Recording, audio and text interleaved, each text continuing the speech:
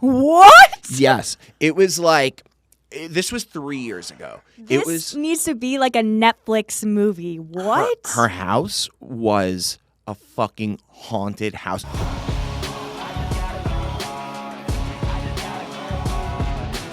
Tell me about growing up. Did you grow up in Boca? No. So I've lived in Boca for about 10 or 11 years. I moved here for college, but I moved around a few times growing up. So I'm originally from Key West, Florida. I'm a conch. I lived there till I was about 8, and then I moved a couple times. I lived in Vero Beach. I also lived in Houston for a few years, and then back in Vero Beach for high school, and then I moved to Boca for college. So moved around a few times. Was moving around because your father's job or? No. So my dad was a contractor and my mom was a nurse. She's retired now. My dad passed away from kidney cancer when I was 7. So that obviously disrupted my life. I'm sorry for your loss. Thank you. So we stayed there for about another year, but then my mom decided that we wanted to be closer to family, and that's why we moved to Vero. And then she got remarried. That's why we moved to Houston. That didn't really work out. They're still friends, though. And then we moved back to Florida. So that's kind of why we moved around a bit. Did you have siblings? Yes, I have one sister. Okay. Younger, older? Older, 7 years older. Okay. And Yeah. how was that growing up with an older sister? Did you feel protected in school? And I asked that because that's how the feeling that I got. I had 2 older brothers, so they kind of paved the way before I went into school. Yeah, a little bit. Definitely a little bit, but my sister was a teenager when my dad passed away, and she was very close to him, as was I, but I was a kid, so it didn't hit me as hard as it hit her at that age. She definitely acted out quite a bit when she was a teenager, as one can imagine going through something like that. So I did feel protected by her in certain ways, but there was kind of like a lot of drama after my dad passed with my sister, and still like tension on my family, if that makes sense. So yeah, yes and no, basically. How did it impact you when your father passed away at such a young age? So I could definitely process what was going on, but I didn't process it how an adult would. When it happened, I remember like crying a lot. So I definitely understood, what death was, but I wasn't like as sad for as long as, my sister and my mom were. It definitely made me more anxious. And I think that, so I have OCD, which is a form of anxiety, and I was officially diagnosed when I was 18, but I think that I dealt with anxiety before my dad passed away, but I think it definitely exacerbated it, going through something traumatic. So I definitely was more anxious after that, I would say. Okay. And the OCD, did that start, what age did that start? Or did you at least know that you had symptoms of OCD? And how was that discovered? My mom put me into therapy right after my dad passed, and I think that the therapist had told my mom, she has a touch of OCD, which I didn't know until I was older. But I have memories of when I was a child of me doing certain things, like fixing the books on a bookshelf to look a certain way because it didn't feel right, Right.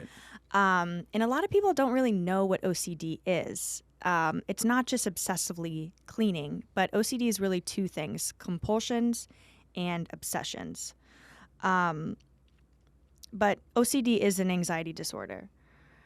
So yeah, I've had a lot of like physical symptoms as well. For example, if I would be walking on a sidewalk and I step on a crack on a sidewalk with my right foot, I would then need to do it with my left foot. And doing certain things and thinking, if I don't do this certain thing or organize this a certain way, something horrible is going to happen, like my mom's going to die, which like sounds crazy. So I knew that I had these anxious thoughts growing up, right? But I didn't really know that it was OCD. And then I'm just kind of getting into my whole life story here. So when I was 18, I was in college and I started having really bad panic attacks. And I thought that I had a heart problem. I really convinced myself that I had a heart problem because at this point, I was away from my mom, my family. I was partying a little too much. I wasn't really taking care of my body, as many of us do in college. And I would randomly get these panic attacks, and like my heart I would have these intense heart palpitations. And so I was like, I think I have a heart problem. So I saw a cardiologist. My heart was completely fine. And it was just like debilitating sometimes, and it really affected my life. So I knew that I like needed to get some help and, probably get on medication, which I did. But when I saw this psychiatrist, I just told him everything, that all of the symptoms and the thoughts that I had. And he then at the end diagnosed me with a fairly minor form of OCD. And it actually really kind of gave me some relief, because then after that I was researching and I'm like, oh, I'm not crazy. Like these thoughts, I hadn't really talked about like some of my compulsions or obsessions, because I was like, this is weird. I'm not going to like, you know what I mean? I kind of thought I was crazy a little bit. Well, I was going to ask you that. So how was that experience for the first time, getting that past your teeth? Because I've had thoughts like that, and I'm not diagnosed with OCD, but I wouldn't dare share them with anyone. Yeah. And did you think, and no offense, did you think at one point maybe you were just a little crazy in your head? Yeah, And definitely. then to share it with someone else, you're like, fuck, this dude's going to think I'm just insane. And Yeah. no, nobody relates to this. Yeah. How was that first experience of sharing that with someone? Yeah. No, 100%. I mean, I knew at that point, I was like, I really need to just lay it all out on the table. I need to tell this guy really the inner workings of my mind to really get the help that I need, So, and it was like an older man. I'm like, he has a medical degree. If he's going to judge me, like it's his job not to judge me, first off, but like, I don't really give a fuck. You know what I mean? Like, I was like, this is not me telling a friend or someone I'm dating about my mind. So I just really laid it all out on the table. And then he diagnosed me, and once I did research immediately after I left the appointment, I just went on Google, and, that can be a good or a bad thing, but I read so many symptoms that I was having, and I was like, this is what this is. I knew it was anxiety, but I didn't know that there was a name for it. I thought OCD was just obsessive cleaning, So and a lot of people do have a touch of OCD, because I'm more open about it now, And when I talk about it, sometimes people are like, oh, I've like, just like you said, oh, I've had thoughts like that before. I thought that was just like something weird in my head. And I'm like, no, it's actually very common. Not everyone has obviously OCD to the point where it's really affecting your life. But I've noticed that more and more people, like when I talk about it, so many people have certain like little things like that, It's more and more common. Yeah. I feel like mental health in general, obviously OCD, anxiety, depression, addiction, abuse, sexual abuse. Yeah, it's so common, sadly. It's sadly so common. However, there are so many people that are willing to talk about it now. There's less of a stigma around it, which is a blessing in my eyes. I love that. I remember one of the first, I think it was just publicly aired, it was talked about publicly, was Michael Phelps for the 2016 Olympics. He did like a mental health commercial. Yeah. And I know 2016. Obviously, that's so much later in my life, and I wish I heard it so much earlier. Yeah. But it was good to know that someone else was going through something similar to what I was going through. Yeah. So what was the commercial again? I like vaguely remember it. Yeah, it was something with the Olympics, and he just talked about, I think he had partnered, it was an advertisement for like a telehealth, mental health Yeah. service. I don't remember exactly which one it was, but it was a commercial, and it was Yeah. around the Olympic time in 2016 when the Olympics were in Brazil. Mm-hmm. Yeah, so it's good. Like I go to self-help meetings for addiction. I'm sober 6.5 years, Yeah. and when I remember in the very beginning, addiction, OCD, anxiety, these are all symptoms, right? There's, you have the mental health issue, and these are all different symptoms where, the mental health illness comes out, and the obsessive compulsivity of these, mental health illnesses, knowing that I'm not alone and someone else is going through it Yeah. was one of the most comforting feelings. And that enabled me to seek help initially Yeah. and kind of break down that wall for me. Mm-hmm. I want to understand so you had said you thought it was just a form of anxiety in the beginning. Yeah. How did the OCD, I'm assuming, heightened your anxiety? What did your anxiety, because I feel like that is so common today, anxiety. What Yeah. did that look like for you? How was the anxiety correlated with the OCD?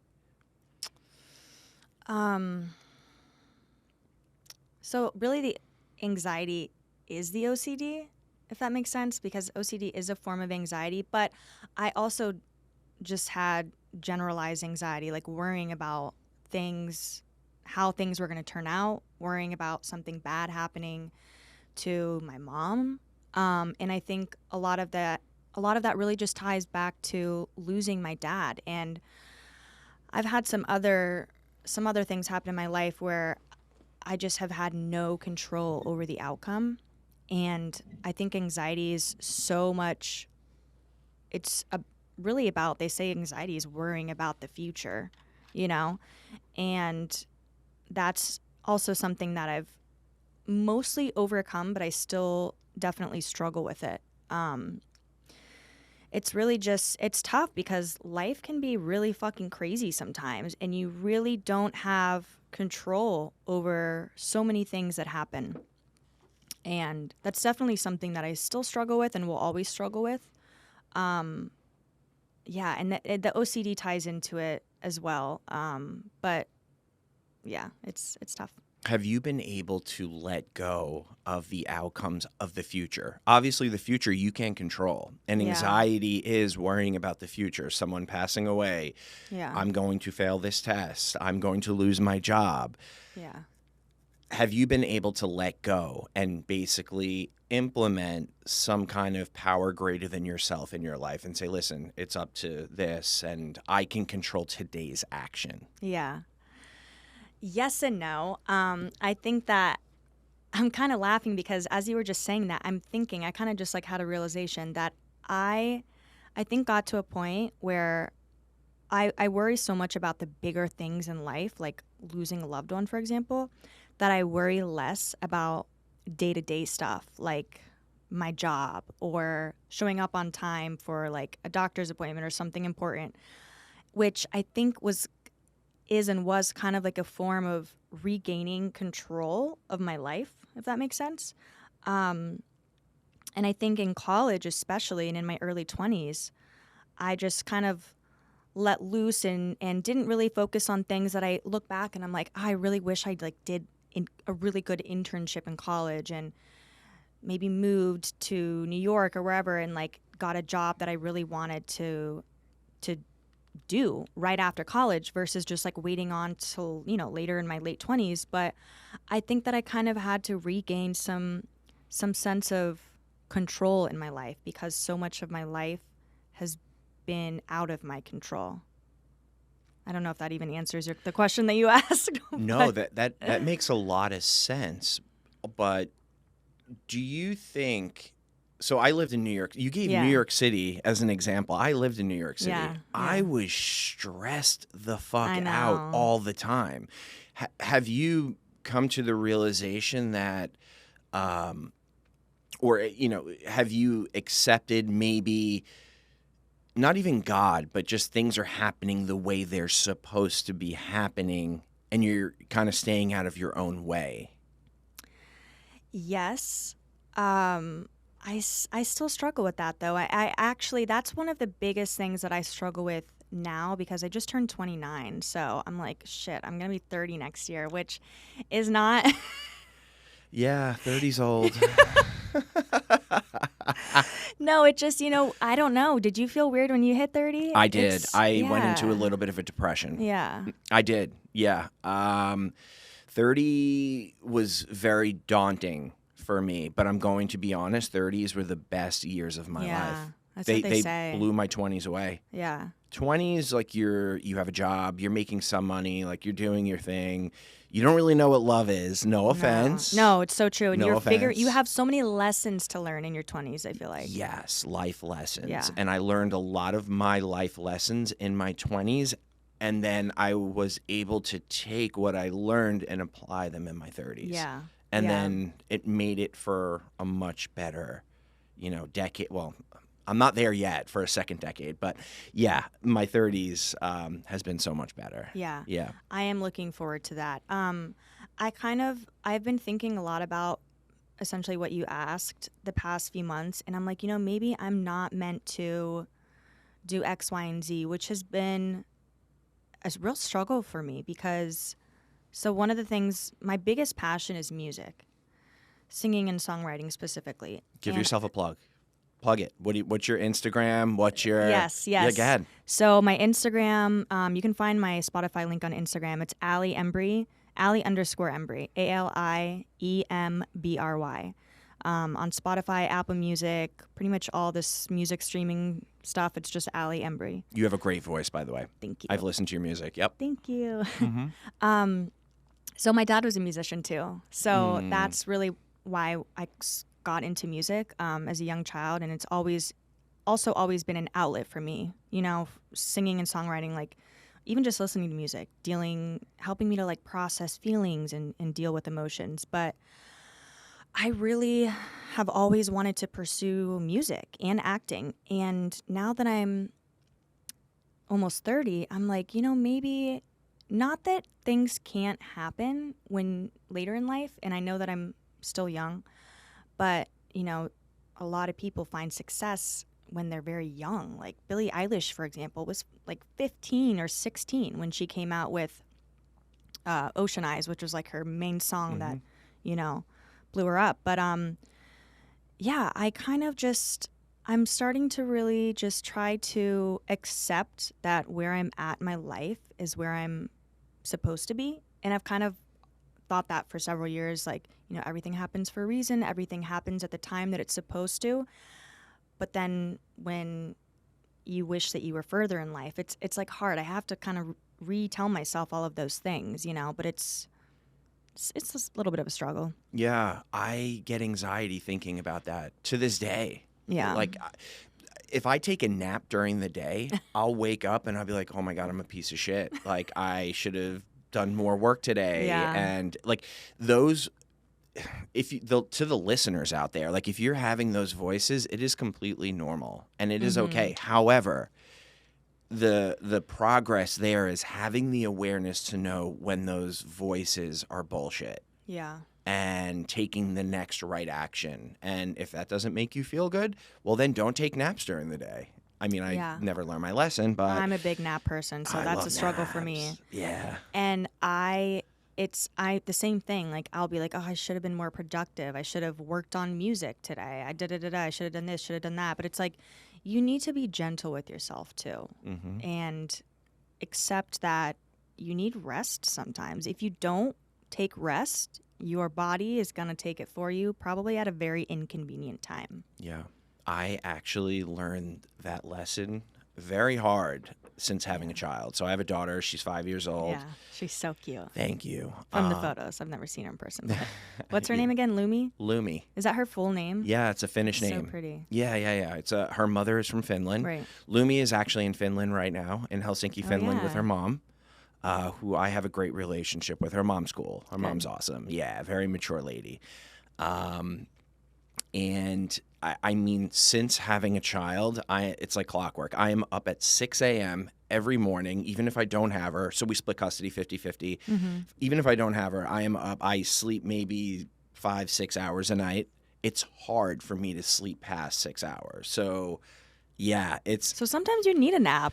Sometimes I do need a nap, but I've also realized how important it is to be well rested. Yes. And in order to really be the full to be the wholesome you Yeah, it's so and so show up every important. day. Yeah.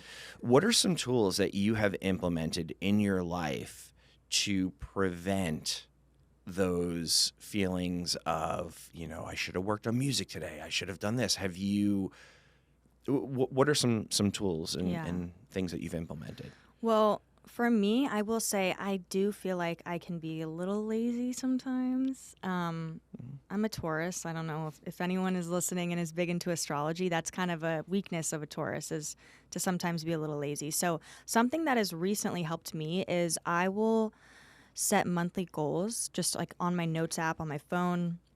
Sometimes I'll screenshot it and make it my background on my phone so that I'm kind of like forced to see it every day. Making monthly goals of like, okay, I'm going to do this once a week. So, for example, I decided yesterday that even though we're halfway into June, I decided that once a week at least, I'm going to have a self care night by myself. I'm going to do a face mask, a hair mask. I'm going to read because that's something I'm trying to do more. And self reflect, whether that's journal or just sit and think and be alone with my thoughts, which is hard for a lot of people to do. But I think it's important. I'm big on self awareness and personal growth. So, yeah, setting goals, or not even necessarily, and I do have like goals in life, but setting short term goals helps me to kind of stay on track. But then also, like I said, being gentle with yourself and forgiving yourself for, if I had a really, really busy week or I was traveling and I missed one of those short term goals, it's okay, just accepting the fact that sometimes life is crazy and you can't do everything that you want to do. And I also used to say yes to everything. And then I would have like so many things jam packed within 2 days. And then I would be like, oh my gosh, I have to do this, I have to do this and that. And then I would just get so overwhelmed and then just like cancel last minute, which is also not good and it's unprofessional, So yeah, just really finding that balance of knowing what is enough and not doing too much, if that makes sense. Makes a lot of Yeah. sense. I want to unpack the always saying yes. I Yes. have that problem. Okay. And Stop. so I'm a people pleaser. Yeah. That's the thing. Yeah. And you want to know what? It is deep rooted to the point of insecurity because I'm not saying you are, for me. Yeah. Yeah. Because I want to be accepted. I want to make that Yeah. person happy. I want them to like me. Yeah. And then ultimately I'm canceling on them and then pissing them off at the end of the Yeah. day. So I've completely counteracted everything I was trying to do Yes. originally. Ugh, I really used to do that a lot. So Yeah.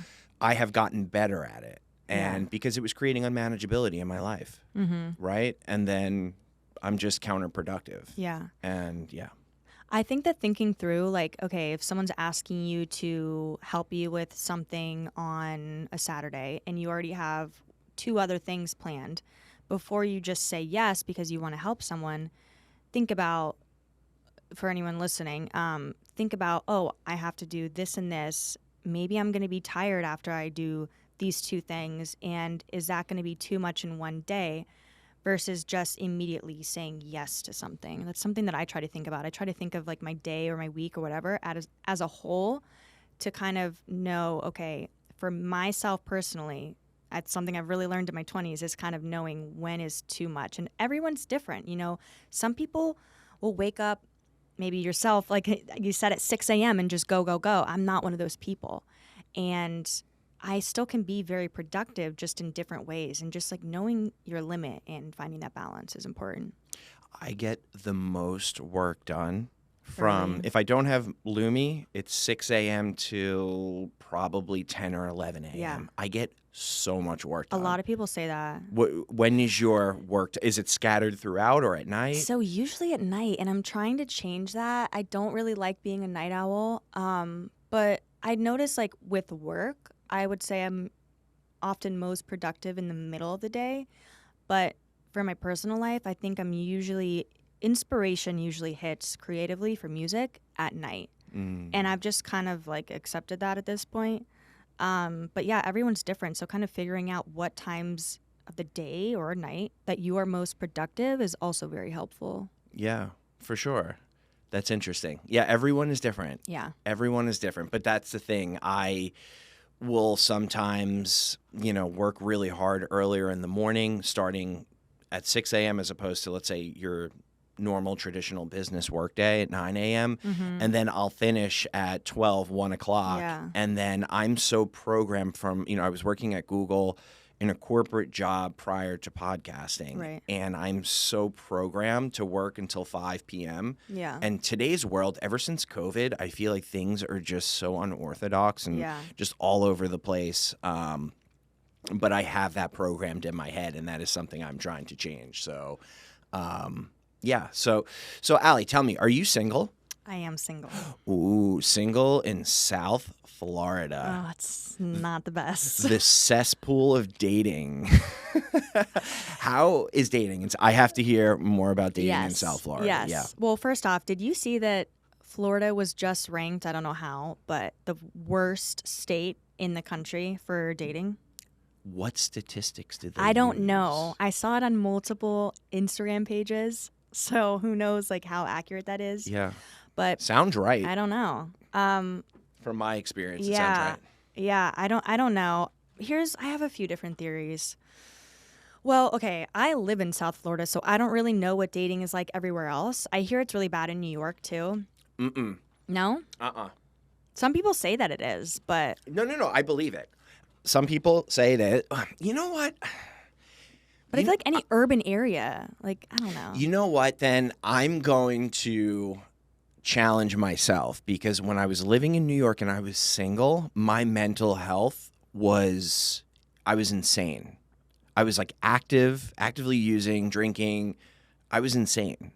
And I was probably love bombing everyone. I was probably the narcissistic. So it's fun for you because So yeah, to me, dating was great in New York City when I did it. Yeah. But I'm living here. I'm single now. Mentally, I feel like my mental health is in a significantly much better place than it was, I don't know, 10 years ago or whatever.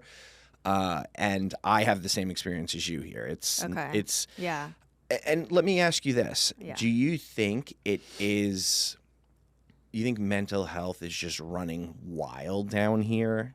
And that's why a lot of the dating experiences aren't all that enjoyable? What do you mean mental health is running wild? Like people are mentally unstable or yeah. A little bit of that, and people are just not giving a shit. Yeah. And because when I am mentally fit, spiritually fit, when I'm doing all those things, we talked about before, you said inventory before on yourself.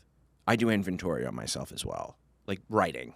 Yes. Like at the end of the day, unpacking things and writing them down so you can actually, it's a tangible thing, you can see it.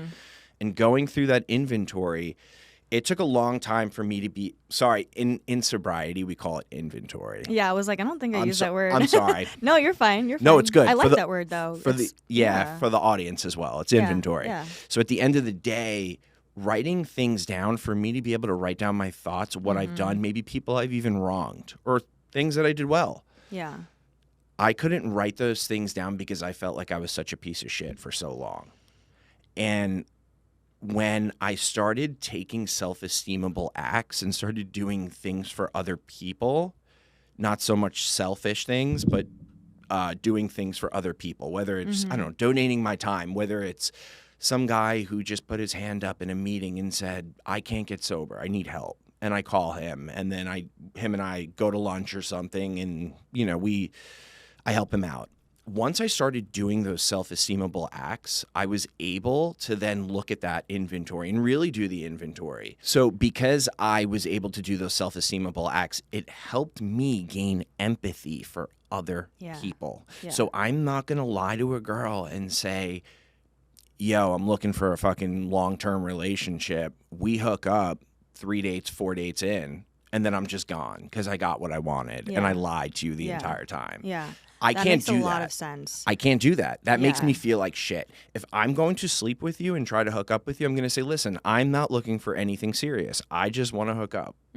It's not that hard. Yeah, I agree, but it is for some people. People are afraid of Confrontation. Yeah. Denial, Yeah. a number of things. But you want to know what? Like, it's out there if you're looking for it.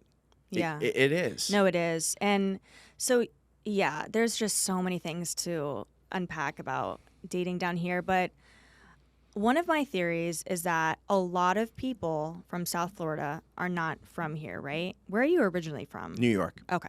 I wasn't sure if you moved there, but yeah. So I think so many people that move down here, especially in their 20s, they maybe just got out of a relationship and they're like, fuck it, I'm going to go somewhere warm and I want to party. You know what I mean? So I think a lot of people, like hookup culture is very big down here. I think that a lot of people move here because they want to have fun. And so that's one thing. I also think that maybe just nowadays with how dating apps are, that maybe like just it's this era of dating. I think that maybe it's not necessarily, well, clearly it is something with South Florida because so many people talk about it. I actually made a TikTok a couple years ago about dating in South Florida and it blew up, which it blew up because it's accurate, let's be honest. And so my experience really has to do with your mindset, which I'll get into a little bit more, but my experience, I've been ghosted a lot. And I know that at least 95% of the time, it's not anything that I did. It's not, and that's something that if anyone's listening and they are going through something similar or have been going through something similar and it's like, and it's pushing you down and just like you don't have your hopes, you don't have high hopes for dating anymore. It's most of the time, it is not a reflection of you. That person, like you said, they are not mature enough. They haven't done the self work, the internal work of having the emotional maturity and understanding to say, hey, maybe I should, just tell this person, hey, I've had a really great time getting to know you, but I'm not really feeling the connection that I had hoped. I think maybe we should, see other people. I wish you the best, blah, blah, blah. It really is that simple, but a lot of people just, and I've been guilty of it myself, but a lot of people just don't want confrontation, And emotional maturity. Yeah. That's where it comes back. Like just acting like an adult and Be communicating. an adult. Oh and my communicate. gosh. Yes. Yes. I mean, it sucks because I have had that conversation with a woman before. Yeah, and it's really tough. It is. And I have been confronted big time, more so than I thought I should have been. But hey, I'm open-minded to people. It's different. But I love how you brought up the ghosting thing. I've been ghosted. It happens. Yeah. And it's not personal. Yeah, it's not. Because when I think about it, I look at situations like you just talked about where you said you're guilty of it too. I'm guilty of it too. Yeah. And it was nothing ever personal. Yeah. It wasn't. Yeah. And I will say people have a different definition of ghosting. Some people think ghosting is like blocked on Instagram, social media, all the things, blocked number.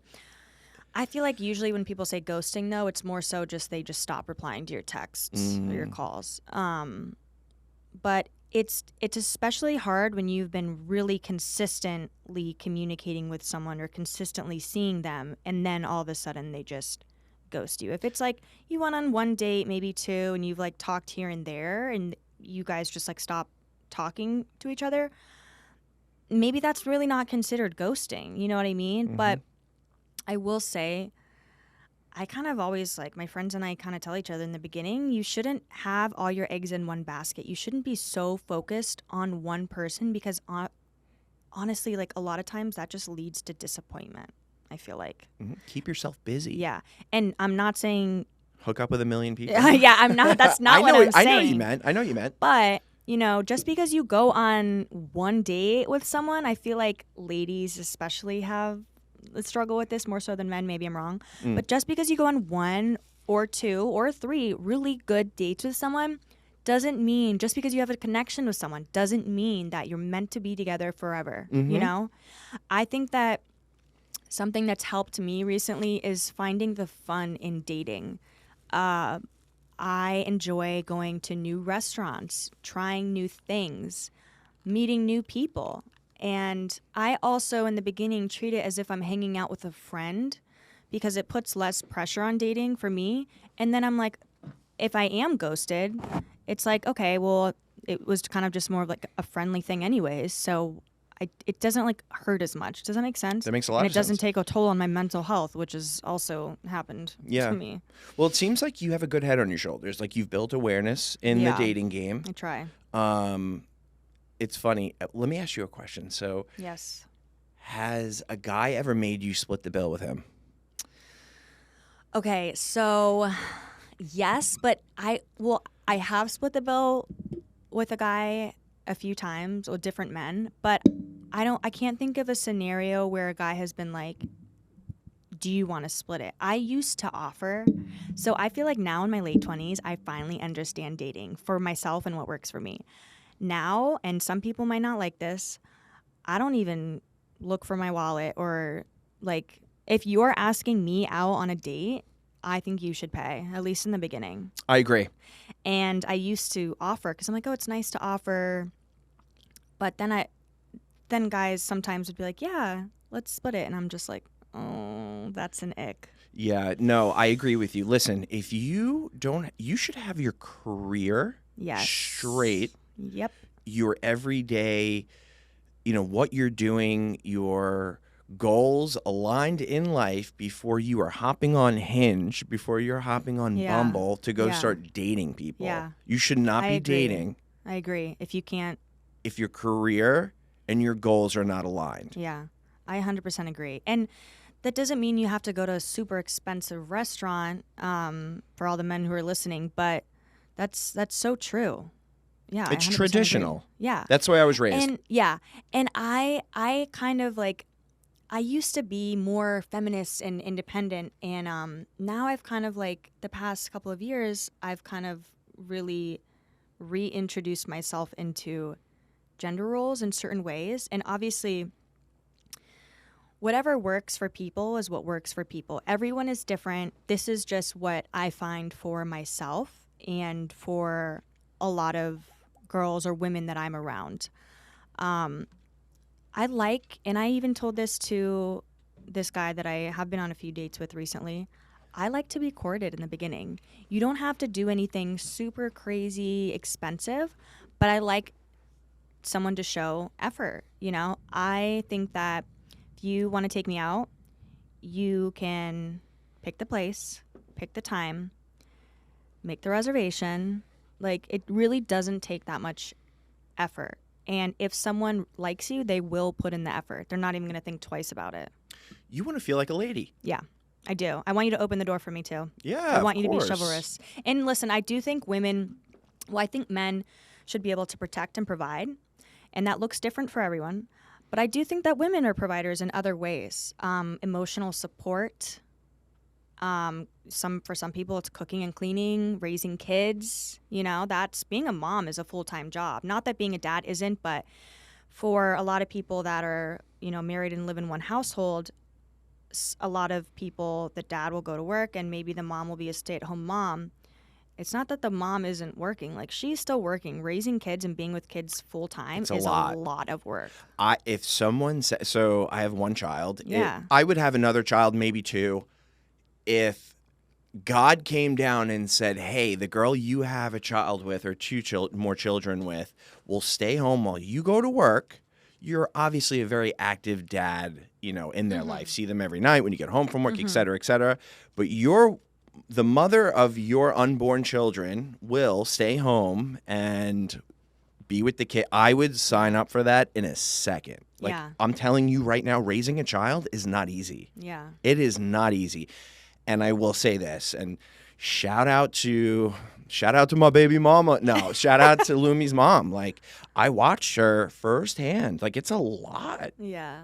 Yeah. Being a mom, the child is for the first year attached to your Crazy. hip. Yeah. It's crazy. You can't sleep. I do want kids one day, but I'm like, I just can't even wrap my head around it. And I have a niece too. She's just over 2 years old. Oh, she's adorable. And I love her so much. But through watching her, be born and start to grow up, it's like I realize how much work it is, and it takes a village to raise a kid. Yeah, and it's really kind of made me be like, oh, okay, I'm definitely not ready to have kids yet because I want to be able to really dedicate my time and my energy to that, you know? So half of my therapy time on a weekly basis with my therapist is discussing my child and like how I parent my child because you want to talk about anxiety? Oof, I was like, I said this to her. Do you think she's going to have daddy issues in 10 years? And like, he's like, dude, calm Yeah. down. No, relax. Yeah. Like someone said, I was sleeping down in my living room a couple weeks ago, and a friend of mine was playing with Lumi in her room and asked, do you want to go watch a movie downstairs in the living room? And she was like, no, daddy's down there sleeping. He's going to get really mad if we go down there and watch a movie. And they were like, no, he's not. Like, he's sleeping. You probably won't even hear it. Mm-hmm. And she was like, no, but if he wakes up, like, he's going to be really mad. And then they, told me that. And I was like, oh, shit, is she scared of me? Is she scared of her own father? And, like, I unpacked it and did some inventory on it. And it's fine. The situation is fine, but I overthink everything with being a father and a parent. It's not easy. It takes a village, like you said. Yeah. And you need the support more than anything. Yeah. But I think the fact that you, well, A, go to therapy, and B, have that self-awareness is so good because a lot of people don't, and so many people are just against therapy in general. And it's like, why would you not want to be the best version of yourself? Mm-hmm. Why? Probably why? Because you're too scared to unpack your thoughts. It gives me comfort. Yeah. Like either reassure what I'm thinking and I'm thinking in the right direction or tell me I'm wrong. My therapist is brutal. I want a therapist like that. He's like, dude, you're being a dick. You're not owning, you're not taking accountability in this situation. Yeah. And you're being selfish and you're thinking about yourself. Yeah. And I'm like, oh my God. Okay. And then anytime he's given me, he doesn't tell me what to do. Yeah. Well, they say therapists aren't supposed to, even though sometimes I'm like, tell me what to do. Yeah, exactly. But he will suggest things. And anytime he suggests things, he's always right. Yeah. It's wild. And just there's that third party view of your life. Sometimes I can help give advice to anyone, but when it's when I'm going through it, my thinking it's so different. Is so far gone. Yeah. And it's so not aligned with actuality and what's really going on. So sometimes you need that. Yeah, 100%. And it's my best friend is actually one of my best friends is a therapist. She's my roommate as well. Okay. And she works at a substance abuse center. Yeah, you were telling me that. Oh, I was? I don't even remember that. So Joe Exotic episode coming out last week. You probably already saw it, but no, you were telling me about the crystal meth thing.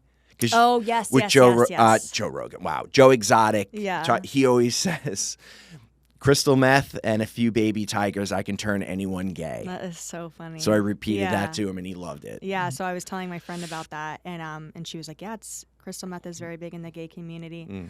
But I don't know where I was going with that. Your roommate is a therapist? Yes. Oh, okay. So she's amazing and I love her so much. Shout out Rachel. She will give the best advice and she's like my free therapist, I always say. But then when she's in a situation, like the advice that she would give me is so different when she's in that situation. And I'm just using her as an example because like I've noticed and she's a therapist, so obviously she's so good at giving advice and listening to people. But same goes for me. Like I'll tell my friends and I something that I used to do too is thinking like being a good friend is being like, no, you need to do this, X, Y, and Z. But a lot of times being a good friend is just being a good listener. And you can tell someone what to do or what you think they should do. But at the end of the day, they got to figure that shit out for themselves. And that's something, one of the big life lessons that I've learned in my 20s is like you can't force other people to like, you can, I guess the one saying is you can lead a horse to water, but you can't make it drink. Like people, like I have a friend who's like is in a toxic situationship with her ex and she just can't get out of it. And I'm like, how do you not see that this is so toxic? But I'm like, you know what? She'll learn one day. When the time is right, when the last straw is there, she'll learn. I love that you mentioned being a good listener Yeah, and not it's so important. being quick to give advice. And I feel like that's a people-pleasing symptom of mine. I will jump just to give advice, just to help them, just to Yeah. because they need the help and I want to please them, when in Yeah. fact that is not the case. Yeah. They just want to be heard. They just Yeah. want to be listened to. I actually learned that even in relationships and with a significant other, with a girlfriend, with a wife. Yeah. I remember my ex-wife. I was just like barking back different ways that, scenarios or actions she can take to help fix the situation. And she was just like, I just want to be heard. Yeah. And I'm like, And she probably wanted you to be on her side for that when she was venting for whatever she was going through. 100%. Yeah. Right? Because you're their rock at the end of the day. Yes. They just want to be comforted and heard, listened to. They have a voice. So to go back to raising children. One time I was in a park probably 2 months ago, and Lumi fell, and she's crying. I run over, I pick her up, and I'm like carrying her to the side where all the parents are. And there's one lady that I know, Lumi plays with the son. So I have, like a friendly relationship with this lady, and I'm walking by her and saying to Lumi, like, you're okay, you're okay, you're okay, Yeah. honey, you're okay, just to calm her down. Yeah.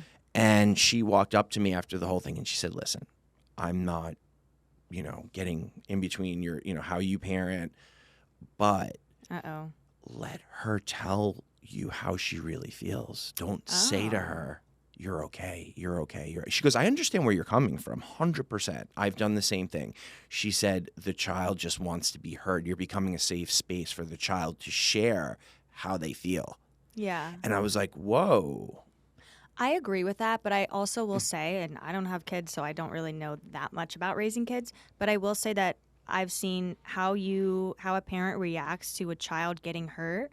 If they're like, oh my God, are you okay? The child is then going to freak out more. So I feel like what she's saying, there's a lot of truth to that, but also like sometimes I feel like you have to not make a big deal out of it so that they don't make a big deal out of it. You know what I mean? Yeah, 100%. I think there is a happy medium there. Yeah. And I will say to Loom, it's happened since in the last 2 months, and I'll say to her, how, are you okay? How are you feeling? What Yeah. hurts? Yeah. And she's sobbing, oh, my knee, my knee. And it's not, there's no mark on her knee. And then I'll look at it, and then I'll be like, Looms, there's no mark there. It looks like everything's okay. Mm-hmm. There's no cut, nothing. I think you're okay, but how do you feel now? Mm-hmm. And then once I give her that reassurance, then she's like, oh, I'm fine. Yeah. And she goes and runs away and plays, Yeah. So Aw. I think finding that happy, you make a very good point. You want to be the calm one. You're the Yeah. adult, Yeah. right? So Yeah. your kids also trust you Mm-hmm. because it's all they know. But also listening to them is super important. Yeah. 100%. So I'd love to go back to the dating. I know. How did we get here? Narcissism, maybe gaslighting, love bombing. I feel like those are such hot topics. Not saying you have experience with all of them, but share with us what that's like, and have you experienced it in South Florida dating? Yeah, definitely. So narcissism is really when someone is just so wrapped up in themselves and they like don't take accountability, correct? I Yeah, kind of hot forget. shit. They think they're hot shit. Yeah. Zero empathy towards others. Yeah, all decision making is in their favor. Yeah. They will gaslight you, tell you, you watch them text another girl and they'll say, no, I didn't do that. Yeah. No. I've definitely been gaslit, but I don't have too much experience with narcissisms just because I've always been pretty good at reading people. So in the beginning, I usually kind of can figure out if someone is stable. A dirtbag? Yeah. That's not to say that I haven't experienced some dirtbags. But, I think that everyone at the end of the day just has lessons to learn. I look back on one experience where one of my exes definitely cheated on me. I had pretty much proof. This girl had messaged me, and it was like Snapchat messages between the two of them, basically sexting. And he had made up this elaborate story of like how his friend took his phone and da da da. And I look back and I'm like, oh my God, I was so stupid to believe that. But now that I'm on the other side, and it's been years, I was very young, meaning in my early 20s. You're still a kid in your early 20s, honestly, I believe. Yeah, it's just funny. And love bombing too. Love bombing really just became a term, I think, like the past couple of years. So looking back, I definitely have been loved bombed in the beginning of talking to someone, but I haven't pursued a relationship with those people that were love bombing because I didn't, even though love bombing wasn't maybe the word that was used back then, I kind of just was like, this just doesn't really feel right. But I'm noticing that people, I'll say people, I want to say men, but I'm going to say people, that love bomb often are trying to compensate for something. So they're either very insecure and they're trying to make up for that in a certain way. I heard this one girl on TikTok say that a lot of times when a guy is love bombing a girl, he's not over his ex and he's just trying to like immediately replace her. But then a lot of times when someone love bombs you, they're gonna ghost you because then they're just gonna, for whatever reason, be on to the next one. And if they're love bombing you, like truly saying like, oh my gosh, you're so amazing, like I could see myself with you for the rest of my life, on the first date, run first off. But if they're doing that, like they're lacking emotional maturity, self-awareness. So do you really expect them to actually communicate that they don't want to see you anymore? No, they're just going to ghost you, you know? So You make a good point. I do think it's in line with what you saw on TikTok and coming out of like a serious relationship. Now, listen, I am willing to practice humility today, and I will admit I love bombed right when I got out of, went through my divorce. well, there you have it, people. So 3 years ago now. Okay. And it was deep-rooted insecurities that were kicking back up for me. Okay. And I think, with my parents, I had a very good upbringing. My parents are still married. My, pretty good household. My parents always showed up for me. Then there was the first person that I ever fell in love with, completely crushed me, like broke up with me, and that sat with me for a very long time. Your ex-wife or before? No. Okay. This is when I was very young, very young, and that sat with me, and I Yeah. was cheated on, and I couldn't trust anyone. And I'm like, It's F tough. all women. Yeah. And Yeah, I've been there too. that sat with me With men. that sat with me for a very long time. And then I was able to kind of, before I got married, when I started dating her over 10 years ago, I was able to kind of subside those underlying feelings and kind of, live with them but never really address them head on. Yeah. And once I got divorced, that all kicked back up. And it was just to get that validation from someone. I needed validation. Also, too, I got divorced at 34, I think, 34, 35. And now I'm a 34, 35-year-old guy who has a child who just got out of a marriage. And I'm like, oh, my God, nobody's going to want me. I'm not good enough. Like that. Those are some of the thoughts. And then I started dating girl. Oh, my God, this is so bad. And like they're like 22, 23, 24, just to get that validation. Yeah. And then it went to like love bombing. And then I did it to one girl. And then I had it happen to me. Yeah, God works in mysterious ways. It happened to me. How so? Was she just, can you give me, like, elaborate on that a little bit more? I'm curious. Yeah, I love how you just turned this interview around. So No, this is great. This is awesome. Because I need to talk about this too. Yeah, and people can relate. 100%. So, I think with love bombing, it's you connect with that person. I don't think it's just when people are love bombing with someone. I think they do mean it in the moment. In the moment, yeah. And they truly believe it. Yeah, it's like they're gaslighting themselves. Yes, gaslighting themselves. Because this is how I felt when I was going through it. And then I started to like this girl, and like I met her parents, and this was all on her account. I was strongly advised against it. I was like, no, like we've been seeing each other for like a month and a half. That's early. And you want me to come into your parents' house? Like, what? Like, no. Like, I was picking her up from there for not an emergency situation, but something was going on, and it was appropriate for me to go there and pick her up. But then to come in, like you invited me in, and it was a lot. And then we started having conversations. We weren't dropping the L bombs, but like it was like getting pretty serious. And then we got into, I don't remember exactly what it was. There was a situation where I confronted her about something. Oh, something to do. It had to do with like, I'm not going to mention it on here. I can't bring it up. Because I don't want to out I don't want to make anyone look stupid. So there was a certain issue that I brought to her attention, and it did not warrant a breaking up with. It did not warrant it was the first out I truly believe that person had. And then they just, that was it, ghosted, done. Like ended it via text, and then just, that was it, blocked on everything. Oh, wow. And it hurt so fucking bad. Mm-hmm.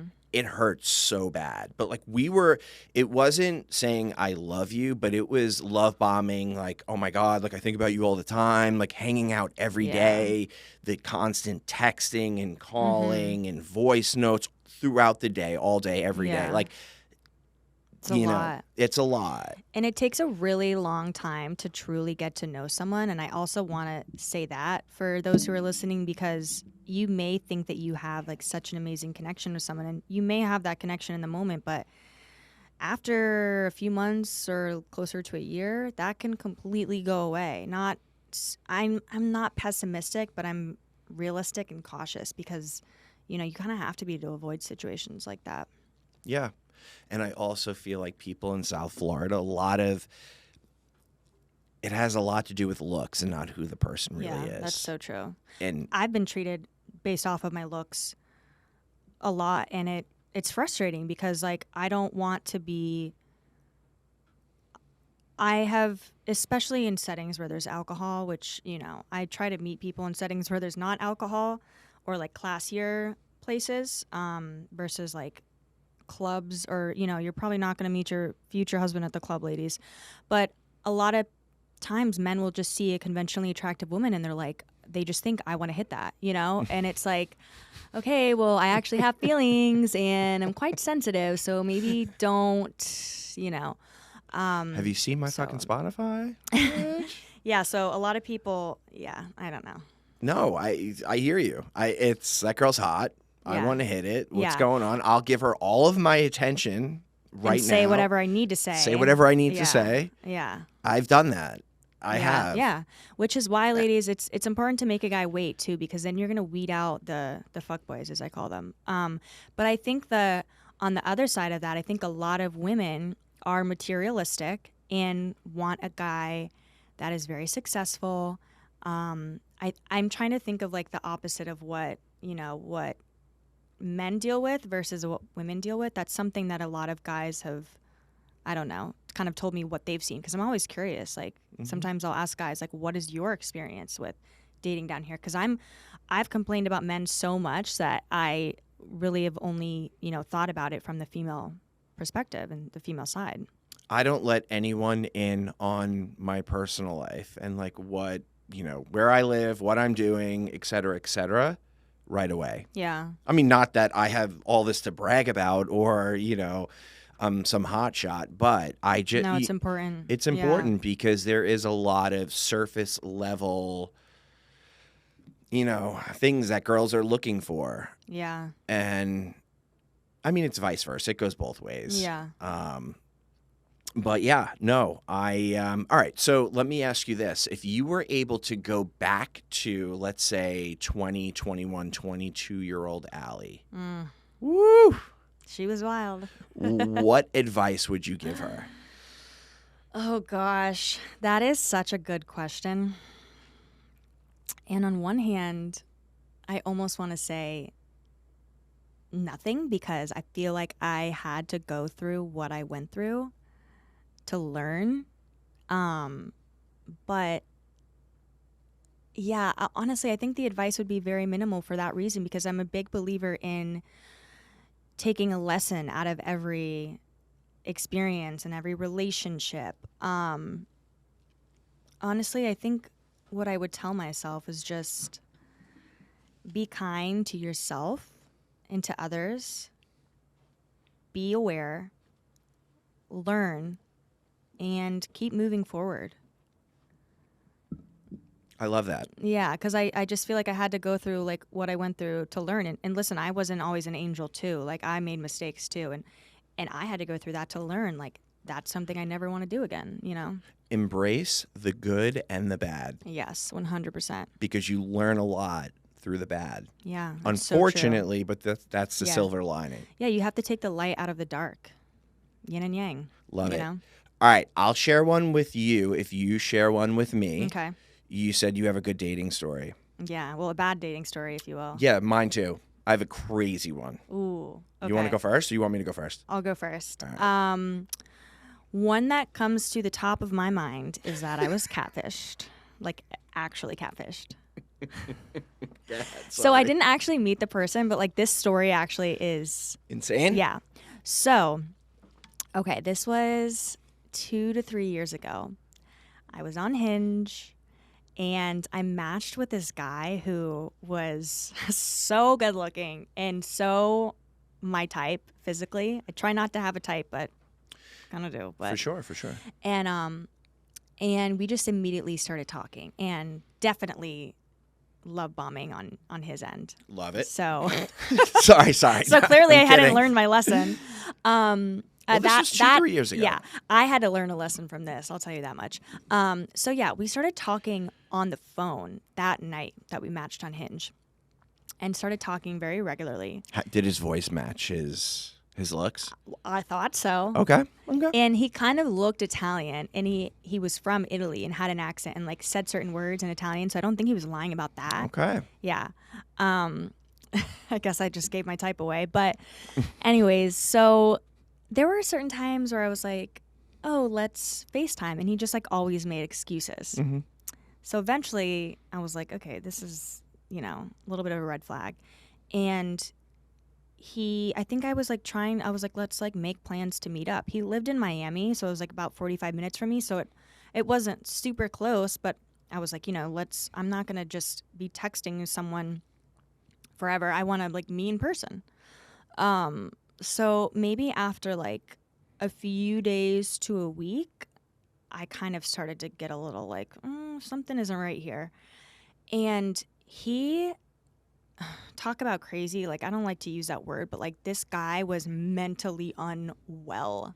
He was very aggressive, and if I said something that didn't sit right with him, he would like freak out. I remember one time the last time really, he called me a bitch and like hung up the phone. He was like really, really mentally unstable, and I will not tolerate that. So I was like, this guy has serious issues. So I basically texted him and I was like, this is not normal. Wish you the best of luck. Goodbye. And I blocked him because I had to block him at that point. So yeah, I think maybe like a week went by and I was talking to my friend in New York actually about this, and she was like, I sent her a picture of him, and the picture that I sent her was a picture of him with another guy, and this guy had a neck tattoo that said something, and she was like, this other guy looks really familiar. And my friend in New York is an influencer, and she's like, I feel like this guy is an influencer or something. So I was like, oh my gosh, we need to get to the bottom of this. Mm-hmm. And I had a feeling that this guy was a catfish at this point, but I wasn't entirely sure. And I will say, I sadly, even though this guy was truly nutso, there was part of me that like missed that like what I thought was a connection of talking, because like at this point in my life, I still wasn't, I like wanted something. I wanted to be with someone. I wanted to talk to someone. You know what I mean? Yeah, I get it. Yeah. It's companionship. Yes, yes. So my friend, we typed into Google. You Google can image search? so you can do that, which I think we did that too, but I think first I just searched guy with neck tattoo that says whatever it was. I don't remember. Let's say like said peace or something. And so then it popped up, and the picture that he sent me popped up. And so then I saw, so both of their names are on there.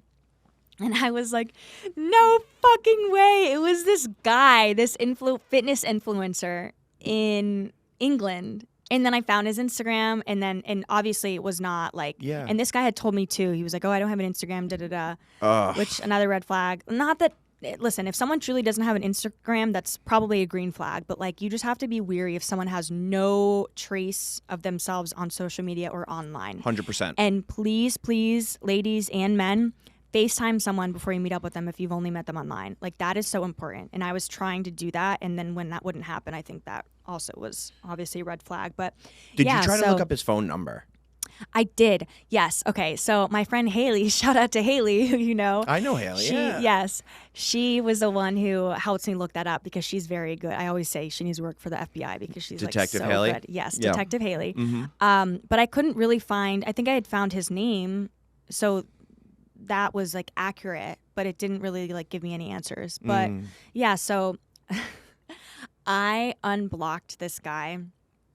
And this is maybe not the healthiest thing to say, but this is just how it happened. I unblocked this guy, sent him a screenshot of like the image on Google, and I was like, "You fucking piece of shit, you liar!" Da, da, da, da. I unblocked him just to message him that, and then I immediately blocked him again. Never heard from him again. End of story. I kept him blocked.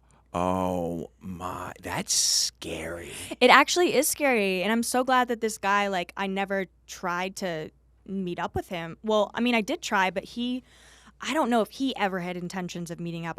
He's just, oh God, he needs help, like serious help.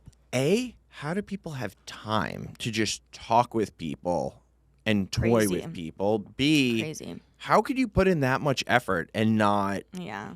I don't get it. I had a girl do that to me once too. I'm straight, but I had a quick side story, because this is also crazy. Yeah. I had a girl do that because she liked my boyfriend at the time, and this was a few years prior to that, and she made an Instagram and built it up for like 2 or 3 months. Yeah. And I somehow, probably the Google image, found the Instagram of the real person who was also an influencer who actually knew that girl. And I was like, hey, just so you know, this girl is I did the phone number thing, which again Haley helped me with, and I found out that this girl that was like texting my ex, basically trying to like get information out of him, was this girl that he had gone on a couple dates with, and she was just like obsessed with him. And so she made a fake profile of a girl to try and warn me about him. She's like, hey, I know you're dating so and so, you know, this and this and this and all this stuff that wasn't true. And yeah, so technically I've been catfished by a girl too, and I figured out who it was, and I was just like, I probably said something kind of nasty to her too. But like, it's just crazy. Again, how do you have the time for that? And like, how do you know that that's not healthy? Like, girl, what? Oh my God. Get help. If you're doing this, get help. The resentment, well, the obsession was so great for the guy you were dating. She had gone out on a couple dates with him. Yeah. And she took 2 to 3 months to build up the Instagram so it looked like a healthy Instagram. Yes. And it didn't look like some fucking, you know, whatever, burner account. Yeah. Crazy. Damn. Yeah. Get that. And girl, it wasn't even worth it in the end. Like, ooh. If you're listening, keep listening. All right, really quick. So my story really fast. So I want to hear your story. Fucking wild. Insane. So I'm like in my little fuckboy stage right after getting a divorce. Okay. And I download Bumble. I mean, I put in there something casual. I'm fresh out. I was very honest. Oh, that's good. That's good. Yeah. So I match with this girl. Her and I are talking for a couple days. We end up exchanging numbers. Then we're texting for a couple days. Very casual. You know, like, oh, what do you do? How was your day? Blah, blah, blah. Stupid shit. So one night at like 10 o'clock, she starts FaceTiming me. I'm like, oh, fuck. Don't you hate when someone FaceTimes you? Just randomly. Randomly? Yeah. Just be like, yo, you want to FaceTime Yes. in a little bit? The first time you needed to, like, talk about it before. If you're talking to someone, that's completely different. Yeah, but for the first time, you need to 100%. be like, hey, do you want to FaceTime? Yeah, I hate when I get a random, but I will pick it up. I don't give a fuck. Like, I want to know. I want to know what's going on. So anyway, so I pick it up. And we start talking for like 30 minutes. Mm-hmm. And we're just talking about anything and everything. Pretty girl, redhead. Sorry, redheads out there. She was a little off, 100%. And I could sense it right from the FaceTime. She was sane, but just a little off. But like, again, I'm not looking to date her. Yeah. So I'm not looking to marry her tomorrow. Whatever. So I was living in West Palm Beach at the time. She lived in Loxahatchee, which is a 30-minute drive west from West Palm Beach into the farmland. Yeah. So after 30 minutes of FaceTiming, she's like, hey, we're both looking for the same thing. Do you want to just come over and hang out? I'm like, all right, send me your address. I'll text you back in a couple minutes and let you know whether I'm going to come or not. I want to see how far it is. Yeah. Really, I'm doing my homework. I want to make sure this fucking girl is real. I want to make sure, like, everything checks out. So, well, I don't know if I could share that. Well, all right. So my brother is in law enforcement, and I sent him the address. I'm like, dude, I'm talking to this girl. She's this age. This is her picture. Can you help me with it? Well, you saw her face on FaceTime, right? So it matched the picture, right? Yeah. But I wanted to just make sure whatever information he was pulling, it aligned with that address. Mm-hmm. So he gets back to me. He's like, okay, yeah, this is her full name. Mm-hmm. Her age checks out. He goes, but it's very interesting. She lives in a $4 million house. Wow. And it looks like there's, because you can see like a Google Maps kind of thing in his system. Yeah, And he was like, she's like in a very like farmland desert, like the houses are just like, in the middle of nowhere. Yeah. And he's like, you got to be careful. He's like, but she's the sole owner of this house. Like, the house is in her name. There's she young? She was 28. Okay. No equity. I'm sorry, no mortgage on the house. 100% equity in the house. She bought it cash. He was like, what the fuck's going on? He's like, this is it. He's like, you now have to go and report back to me and let me know what the fuck's going on over there. He's like, but no, everything checks out. Like, you should be fine. Yeah. I'm like, okay, cool. Hey, girl, I'm coming, whatever, blah, blah, blah, blah. So then I set it off in the boys group chat, too. I'm like, yo, guys, I'm going here. I'm dying to hear the end of this. Yeah, and they're like, all right. Like, all my friends, like, they'll let me risk my life for a great story. Yeah. Like, yo, do it. Go, yeah. I'm like, well, you guys got to check in with me at midnight. Yeah. And if I don't text back, send a fucking call 911 and tell them I'm fucking here. So and she was like, half an hour before you get to my house, it's going to be a dirt road. And you probably lose service. I'm like, half an hour? No, half a mile before my house. Okay. It's going to, you probably lose service a little bit. She's like, I have Sounds Wi-Fi like a at my scary house. Story. So it was getting weird. Yeah. But I was like, I got to go get me some, like.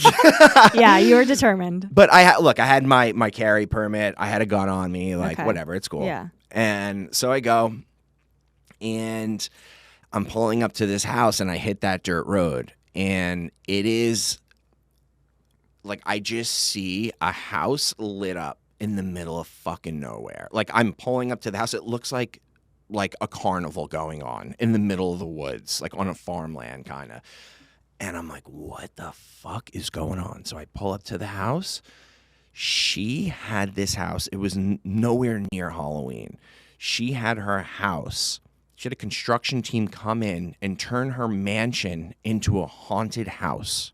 Yes. What? Yes. It was like, this was 3 years ago. This needs to be like a Netflix movie. What? Her house was a fucking haunted house. It looked like a Halloween haunted house. But it was like her siding was the Halloween haunted house. Like, it was very weird.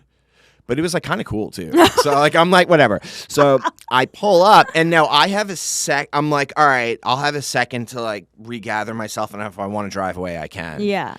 She comes running out of the fucking house right as I pull up. Hey, like what's up? And then I'm like, oh fuck, like I can't leave now. Yeah. Like greets me right at my door of my car. Oh my gosh. I'm like, all right, whatever. I get out. Hey, what's going on? Blah, blah, blah, blah, blah. Come in. Like energy. Like she definitely just did a couple lines of coke or something. Really? Probably. I Yeah. don't know for sure, but Yeah. the energy was just off the charts. Yeah. So, I mean, nice girl, you know, but just, yeah, crazy Out as there, fuck. yeah. So, whatever. She brings me inside. I walk into this house. In her foyer, she has, you know, cathedral ceilings in her foyer.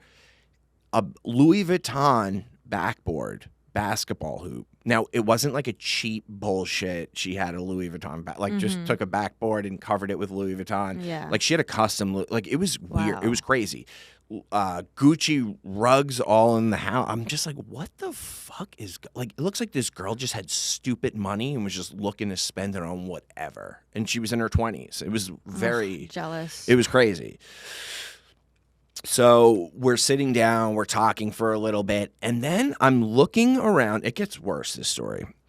I'm looking around. Yeah, a lot worse. So I'm looking around, and there's a table around the end of the foyer in the hall, and I see a gun on that table. Now, it was a specific type of gun. It's called a Desert Eagle. It's like a chrome gun. It's not a black gun. It's a chrome gun, and it's a massive handgun. Ooh. So it was like very distinct, and like I Yeah. was able to really see it. And I was like, Was your gun on you or in the car? on my hip. But I'm like, I got to get to that gun. Like I got to like just see what the deal is with that. I don't want a fucking gun just hanging around. This girl's fucking crazy. Yeah. Yeah. Her house is a haunted house. Like all this crazy shit. Like I don't know. So I'm like, oh, that's an awesome gun you got there. And I started. Yeah. I got up and started walking towards it because I wanted to unload it and just be like, oh, cool, like whatever. Yeah. She jets ahead of me and grabs it. She goes, oh my God, yes, I got I don't even know, like my mom got it for me or something. Picks it up, shoots it in the house across her fucking living room, puts a hole in the wall. Yes. Yes, this girl picks On purpose? Yes, but as weird as this sounds, she didn't point it towards me. She goes, "Oh, this is cool, right? Like this is a collector's item that my mom gave me." Boom! Shoots it across the living room. Oh my God. So now, If a man did this, I'd be like, just kill me now. Like Well, I don't yeah. want to suffer. I mean, as weird as it sounds, I did not feel like my life was in jeopardy at all. Yeah. Like she like held it far away from me and shot it, but I didn't Yeah. expect that. I'm like, yo. I'm like, you need to unload that Yeah. gun. She goes, oh, I'm sorry. And like, it was nothing. I'm just like, Well, she'll have someone come in tomorrow morning and patch that right. right, up, I'm exactly. sure. Yeah. One of her peasants. So yeah, of course I ended up staying the night. Oh my God, Kevin! Well, they say the crazier the girl, the better she is in bed. I don't know. So whatever. It was worth it. So that was that. I end up staying the night. I leave in the morning. I tell everyone what's going on. And then one of my friends is like, you're Haley. Like did some real digging. Yeah. Turns out she has her own cult. Yeah. She has her own cult. What? And then I got to look for it. I'll send it to you. Yeah, please. There was like a Reddit page on her. And basically what it said was this girl acts like she is like I don't even know. She says she's religious, like born again. I don't remember exactly what it was. I have to dig up the article, and they just said she basically runs a cult and just recruits shit. all of these young kids, like these young girls, young boys under 18, to do all this shit. And it's funny because when we woke up the next morning, she started telling me, she's like, you should really come to my church, like all this shit. And like was kind of like putting it out there, not a full pitch, but like putting a feeler out there to see like what the deal was. So I leave. The day goes by, like I find out about the article, all this shit. Yeah. It's like 5:00. She calls me. And I'm like, fuck, like, did I leave something? Like, is she going to kill me? Like, I got to like closure to the situation. I don't want to piss her off because she might kill me. Yeah. Hey, what's up? She goes, oh my God, I'm in West Palm Beach. I think I'm near where you live. Can I come by and hang out? Like, what are you doing? You have any plans? I'm like, can I call you right back? She was like, yeah, of course. Blocked. I just blocked her. I never fucking heard back from her ever again. Yeah, so. Let me call you right back, block. Oh my God. Yeah, that was well, my you're crazy lucky story. that she didn't like make an app or download an app where she texts you or call you from another number, because I've had that happen to me. Someone was so eager to get in touch with me that they did that. You have that effect on people. That's a That's a compliment, Allie. Well, I want to not have that effect on people anymore. That's for sure. Well, Allie, thank you. I appreciate you coming on. You did awesome. Thank you. I really appreciate you sharing your experience and of course. your hope. It's going to help a lot of people, so thank you. Thank you so much.